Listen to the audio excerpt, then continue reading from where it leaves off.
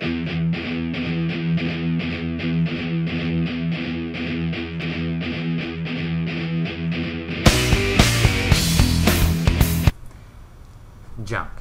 Junk is that stuff that was once valuable to us, but that we now have no more use for. Some junk is put away in storage in hopes of possible reuse. Some junk is discarded. Either way, it's never really gone. It's just out of sight. Junk is always, and still it's always somewhere. Take 10 or 11 months ago. Divers swimming around in the deep ocean in the Pacific discovered 2 pieces of the PT-109. See, that's the boat JFK commanded in World War II when it was hit by a Japanese destroyer. See, in the past, they've also found the Titanic, the Huntley, and hundreds of thousands of other ships lost at sea. Makes you wonder, though, how much is down there, and how badly have we littered the ocean floor? But here's the best part of sea life. It adapts. It takes our naval junk and makes it their own, makes it their home. I mean, you take it back to 1957, when the first satellite was launched into space. Since then, about 4,168 satellites have followed. 300 of them are still up there. Defunct, abandoned.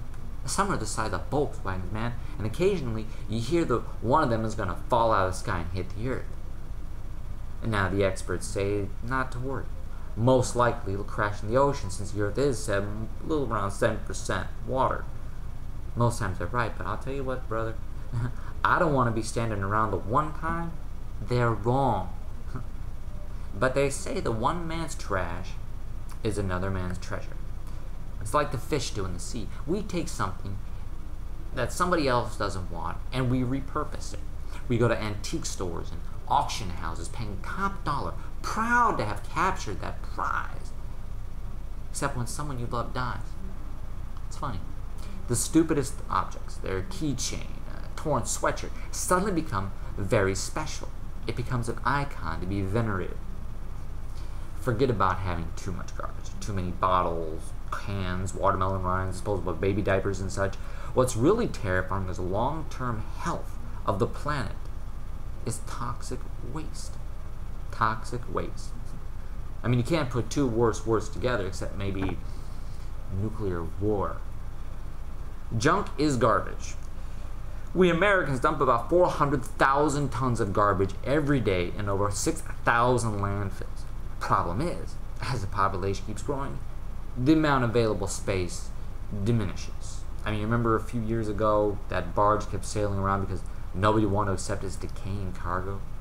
Imagine a future full of ships, detrius stinking to high heaven just trying to find a port. Junk is also a classic slang for narcotics, usually heroin.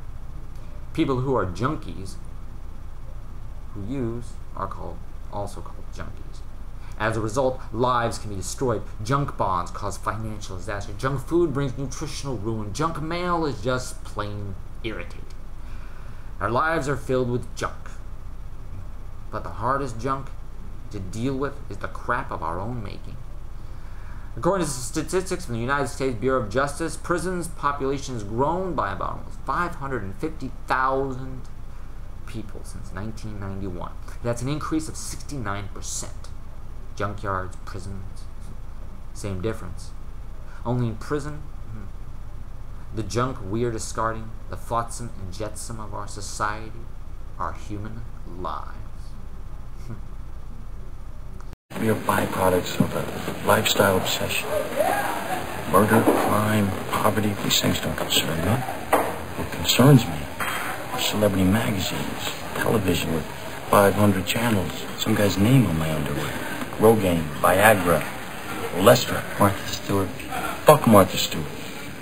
Martha's polishing the brass on the Titanic. It's all going down, man. So fuck off with your sofa units and string green stripe patterns. I say never be complete. I say stop being perfect. I say let's evolve. Let the chips fall where they may.